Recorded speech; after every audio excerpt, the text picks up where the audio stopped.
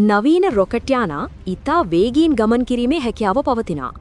මේ නිසා එල්ලවන ප්‍රහාරයකින් ජනතාව ආරක්ෂා කර ගැනීමට නගරයකට ලැබෙන්නේ තත්පර කිහිපයක වැනි ඉතා සුළු කාලයක් පමණයි.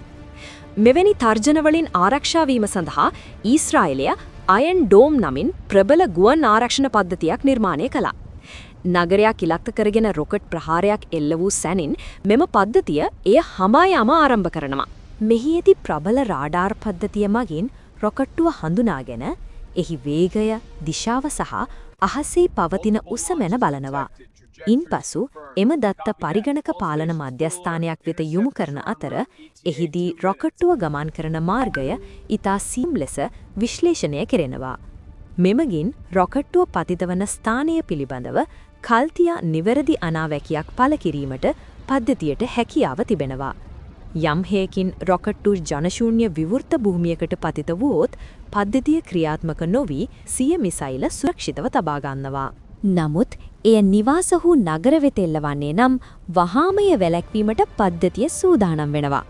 එහිදී විදින යන්ත්‍රයක් මගින් ප්‍රතිප්‍රහාරක මිසයිලයක් අහසට මුදා හරිනවා.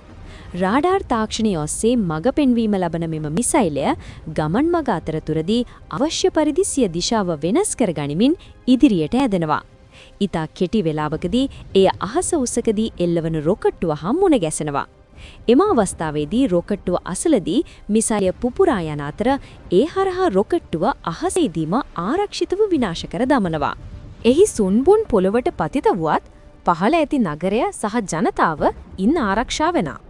එකවර රොකට් ප්‍රහාර කිහිපයක් හඳුනාගෙන ඒවා මැඩ පැවැත්වීමට මෙම පද්ධතියට පුළුවන්.